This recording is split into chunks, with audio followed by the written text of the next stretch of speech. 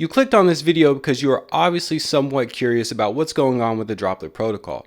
What happened to the price? Where did all the drama come from? What exactly is happening? So in this video, I'm going to give you my honest opinions on Droplit and tell you exactly what I am doing going forward. Drip is a rocket headed to Mars. Chico the barge. I went on my own cause we fell apart. The family is large, but those are the ones that leave you with scars and damage your heart. But from the cloud, I'm a drip god. I want the finer things. I want the finer things. Yo, what is good, everybody? Crypto 101 coming to you guys with another video today, and in today's video I'm going to give you the real on the Droplit protocol, what happened, my opinions on it. I'm not going to get deep into it because it really doesn't matter at this point, and exactly what is currently happening and what my plan is going forward. So make sure that you guys smash the like button, make sure you guys comment, leave your feedback in the comment section below, and as well hit that big red subscribe button so you can get us to 3K subscribers. We're on our way there, and as always, make sure you hit that notification bell so you're notified as soon as these videos are released. So let's go ahead and get straight into it. So I'm going to go ahead and just kind of talk about a little bit of what happened from my opinion.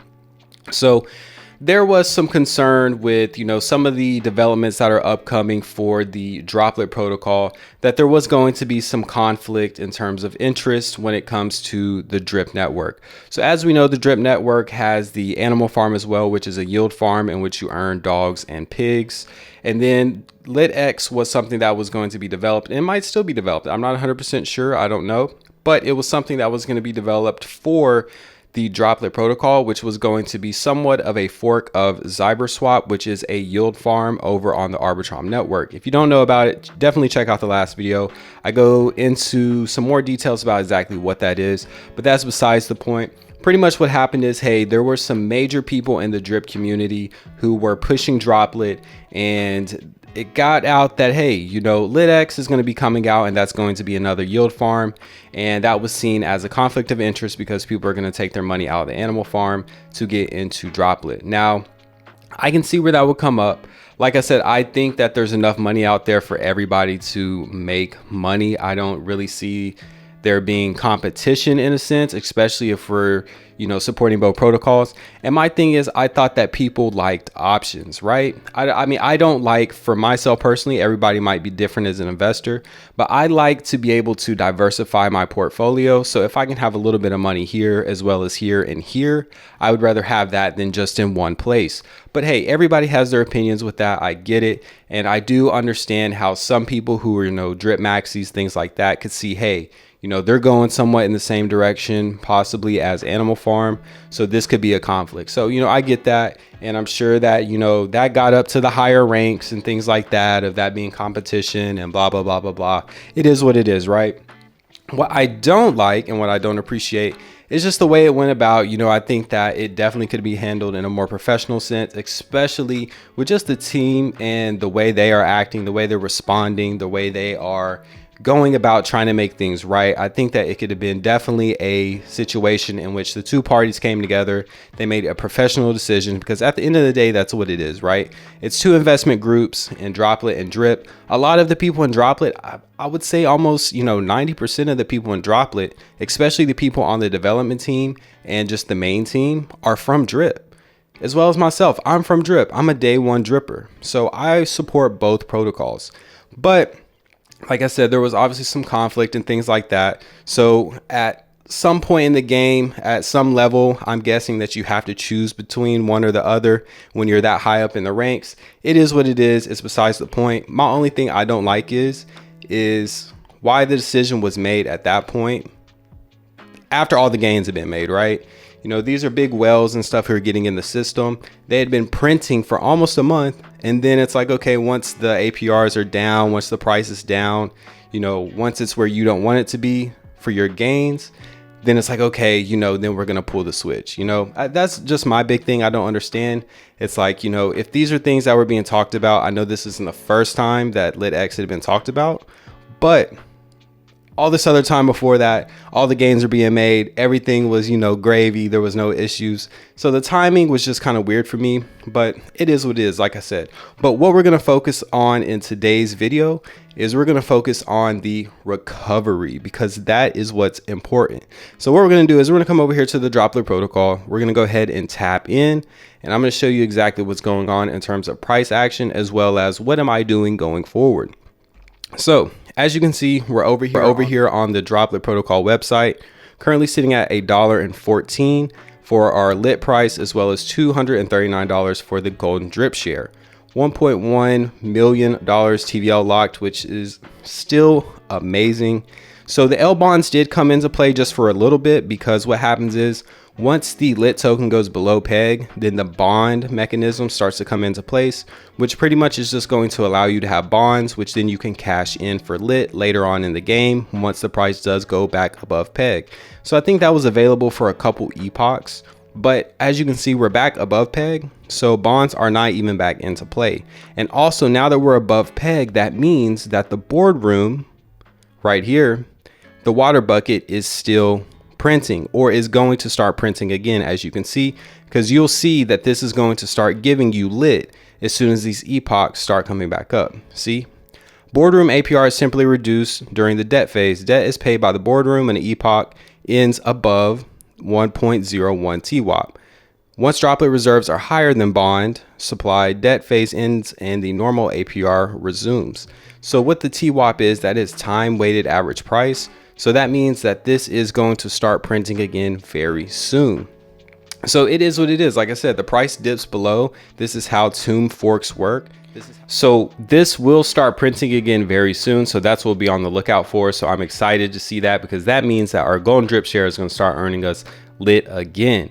So now with this, if we come over here and look at the price action, we can see that lit has made an awesome correction. So lit got all the way down to 69 cents, and now it is up to $1.15. So it has almost done a 2x from the bottom, as well as the golden drip share is doing pretty good as well. So this got all the way down to, looks like right around 100 even, and it is sitting at a 2.4x at $241. So this is great to see. This really just shows me the strength of the community, and just really shows that, there's people that truly support Droplit. So this is when I tell the team, hey, keep building, do what it is that you see fit. I really don't feel like it has to be that you have to choose one or the other. That just seems ridiculous to me. We all can eat. There's like there's trillions of dollars in the crypto space. So for us not to be able to both eat, for both people to be able to pull up the chair to the table and, eat, I just don't understand it. But I get if there's gonna be a conflict of interest and things like that. But what I do tell you to do, and this isn't financial advice, but this is life advice that you probably should take, is just educate yourself, right? And I know that there's going to be some investors that are out there that only invest based off what other people say, and they only do what other people do. But at some point, you're going to have to be comfortable within yourself to be able to make financial decisions. Because the thing is if somebody gets you wrecked, you're going to hate them. But then it's like, if they do good for you, you're going to love them. It's always that back and forth relationship. But at the end of the day, you are the one pressing the approve on the transactions, approving the contracts, making the sales, making the buys. You are the one pressing that button. So at the end of the day, you have to make sure you have your own mindset, and that you make your own decision when it comes to your money. Now, I understand following certain people, if they give you calls, things like that. But just at the end of the day, make sure that you educate yourself. Go in here, check the contracts.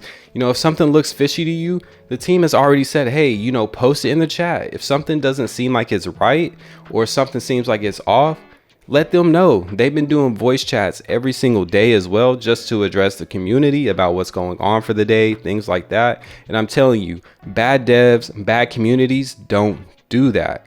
And even if there's questions that you might have, if you have a question for me, even if it's anything, just go ahead, shoot it to me as well. You can leave it in the comment section. You can send it to me in Telegram, whatever it is. And if I don't have the answer to it, I'll make sure you get the answer. But that's how this community is. It's all love. It's nobody's trying to divide and, conquer and stuff like that. It's not anything like that. So I really just wanted to go on the cam, air it out in that sense. Also show you guys exactly what's going on with the price. I'm still doing my same thing, Obviously the prices are down, but it's still out here doing what it needs to do. The boardroom is still printing 2.62%. If we go over here to the staking pools, it's still doing what it needs to do. It's still printing for us every single day. As you can see, I have some golden drip. I need to come in here and I need to go ahead and pair that up with some lit, because I'm going to continue to build my position. And like I always say, if you're a bag builder, you already know this, but the best time to build your bag is at the bottom. You don't want to sit there and build your bag at the top, because it's going to have a lot less value if it does go down. But if you build your bag at the bottom and it goes up, you're getting multiple X's back on your investment. So if it's something you truly believe in, it has a good team, a good community, then this is what you want to see. See, I'm giving it so much lit energy, so much lit talk that my battery's being drained super fast, I guess. But really wanted just to come on here, address this. I know a lot of people are going to be looking for a video talking down on Droplit or talking, you know, any just drama. I'm not with that. I see it how it is. If it's facts, it's facts. If it's opinions, it's opinions. But you can go in there, check the contracts. Everything is there. The team is addressing what they need to address. And you can go in there and do it yourself. That's the thing. You can go in there and check the wallets. You can go in there and ask the questions that you need to ask. Literally, like I said, there's been voice chats the past couple of days and no one has questions to ask. Nobody wants to get on there and voice it out. And it's really only people on there who are supporting, saying, thanks for what you're doing. I appreciate it. I appreciate the way you're doing this and the way you're doing this and the way you're communicating, because that's really what's going on. But like I said, I hate to see there's any kind of divide in the community. I really don't think there is a divide in the community. You don't have to choose one or the other. You can still be in drip. You can still be in Droplit. And, you know, we're going to see exactly what happens with Droplit. You know, there was a lot of stuff on the conveyor belt, right?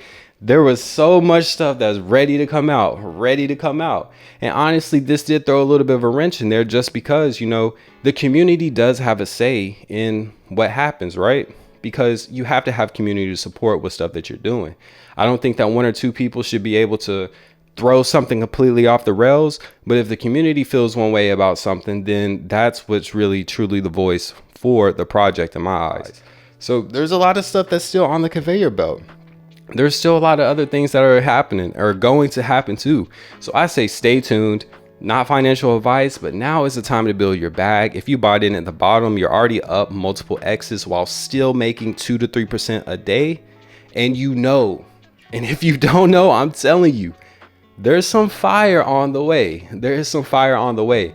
Droplit protocol is not dead. That's why I would never say the revival or anything. It's Droplit's rebound story. This is the bounce from the bottom. Started from the bottom, or started at the top, hit the bottom, and now we're going back up. So hey, this might be your chance to get in. A lot of people are waiting for it to be closer to peg. Here it is.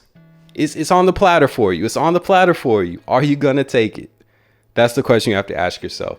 But I'm gonna go ahead and cut this video. We got a lot of stuff coming for Droplit. I can tell you, some fire content. Make sure you go check out everybody else who's supporting the channels as well. Go check out Moonshot Max. We got late night lit talk that's still happening this Friday. We got Legacy 7 that's gonna be on there. I believe Crypto Tiger, myself, Moonshot Max, a couple other content creators are going to probably be on there. I might have missed some, or might even added a couple who won't be in there, but it is what it is. You guys come check it out on Friday. That is definitely going to be a lit talk, so make sure that you come support. Talking about support, make sure you support all the social media. We have the Telegram, we have the Twitter, we got Instagram, TikTok.